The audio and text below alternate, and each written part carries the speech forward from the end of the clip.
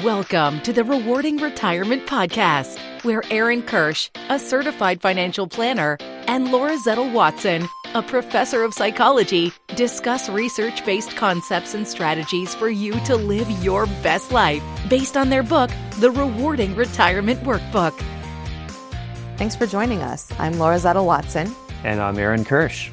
In retirement, we need to redefine ourselves. How many of you have been at a dinner party where you meet someone for the first time? And what do they usually ask? They ask your name, and then they usually ask, what do you do? And what we do for a living is so central to our identity. And it makes it super challenging when you've had that identity for so long as a working person to make that transition into a retiree, because you are often perceived as you are what you do. So in this podcast, we're going to talk about redefining yourself in retirement. Laura, how do retirees tend to answer that question? That is, in and of itself, a great question, Aaron. We tend to see a lot of folks just referring to their prior work. So we'll have people saying, oh, well, I recently retired from my career in X, or, I'm a retired Y. And I ask myself, why? Why do we stay stuck in our profession? Why, when we enter the next phase of life, are we forced to reflect upon what we did? So for many of us, our career is something we spend decades in. And so it makes sense that it would be a huge part of our identity and that it would define us. But I would argue it shouldn't be the only part of our identity. And for us to focus so strongly on it that even when we exit from that career, it's still the thing we're referring back to. That's when I think it's the time to really take stock of who we are, what we're all about, and allow some of those other pieces of our identity to come to the surface. And so whereas we see most retirees answering with what they used to do or what they've recently retired from, what we're trying to do in this workbook is encourage people to flush out a little bit more in depth the core of their identity. And by really asking people to reach deeper about some of the relationships they might use to define themselves. Are they a grandparent? Are they a partner? Are they a mentor at this stage in their career? Right? We can ask people about some of the activities that they're doing. And we can redefine ourselves not by what we did as our vocation, but instead by what we're doing now.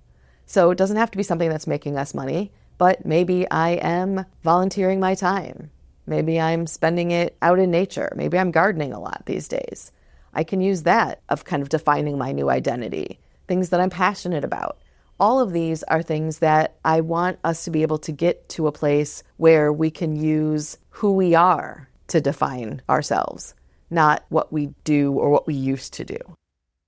We talk a lot in this workbook about freedom, about retirement giving you freedom to do what you want, freedom from doing things you don't want to do. And with that freedom comes the ability to define yourself by your interests, by your values, by your relationships. And it allows you to pursue what's important to you. Some of us have our vocations by choice, and some of us had vocations by circumstance. And when you're retired, you get to lead the life by your avocations, not your vocations. You get to do what you like to do. I love that. That was very well said. And I think that is the crux of this, the opportunity to redefine who we are and no longer fall within the constraints of our vocation, to be able to step outside of that. And if we were chained in any way, to drop those chains and really grow into the person we've always wanted to be. Laura, there seems to be, for most people, a disconnect between what you are expected to do and what you want to do. When you're working or raising a family or taking care of family members who need your help, there's all these expectations in life. There's all these things you have to do. And back to the freedom thing with retirement, you have now the freedom to do what you want to do. And hopefully you're in a position to kind of shed some of those things that you're expected to do within reason. You're absolutely right, Aaron. I think we are in a society where many of us carry a lot of obligations. A lot of times those are to family. We feel a need to fulfill particular roles, to do certain tasks for people. And much of what we find ourselves doing throughout life is, like you said, more following the expectations of what a particular role prescribes. So if I'm a parent, there are expectations that I am expected to fulfill. Same with being a spouse or partner, same with being an employee or a boss or a manager. All of these roles come with them a prescribed series of duties. And as we age and approach retirement or enter into retirement, that is one of the places where we shed, or a place for shedding potential duties.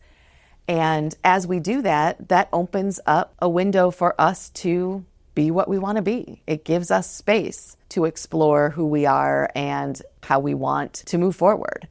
So I think shedding the duties, breaking free of some of the expectations, gives us an opportunity to go from what we were supposed to be doing into what we want to be doing. And I like how the workbook really sort of forces our hand a little bit to sort of say, let's identify what you do that you're doing because you feel you have to do it, because someone's expecting you to do it. And let's differentiate that from the things you want to be doing. And we're not saying that everybody should go break free from all of their obligations and leave everyone to fend for themselves, because we do continue to have obligations to people in our lives and to roles that we play. But there's space. There needs to be space. We have to create space for us to also be doing what we want to do. And I think that's our whole goal here, right, Aaron, is to create that space and make sure that we are being true to ourselves in retirement, to make sure we are who we want to be. It's interesting that many people approach retirement with some apprehension. They're excited to not have to work anymore, but they're nervous about what comes next, and change is always hard. What we're asking readers to do is to be very introspective and do a lot of work to plan their retirement. But I like to think of things as you're not losing something.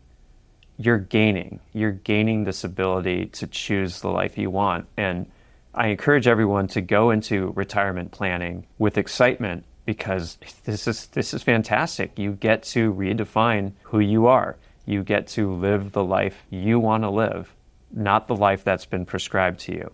And it gives you the opportunity to really find purpose in life. So I find the planning and the change both a challenge, but also an opportunity for excitement and great satisfaction. And having a rewarding retirement is what we want all our listeners to have.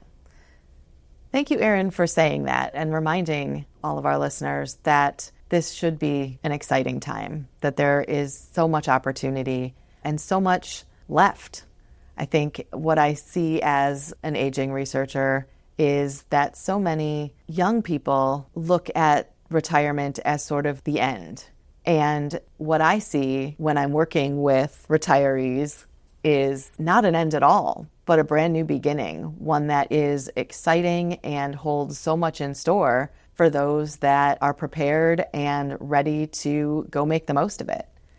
And that's why I'm so excited to help with the workbook and provide resources for individuals who are ready to kind of grab retirement by the horns and decide to make it the best it can possibly be, and who are excited about making sure that there is success and happiness and a reward at the end of it all. So we encourage everyone to embrace retirement planning, look forward to it, enjoy the process.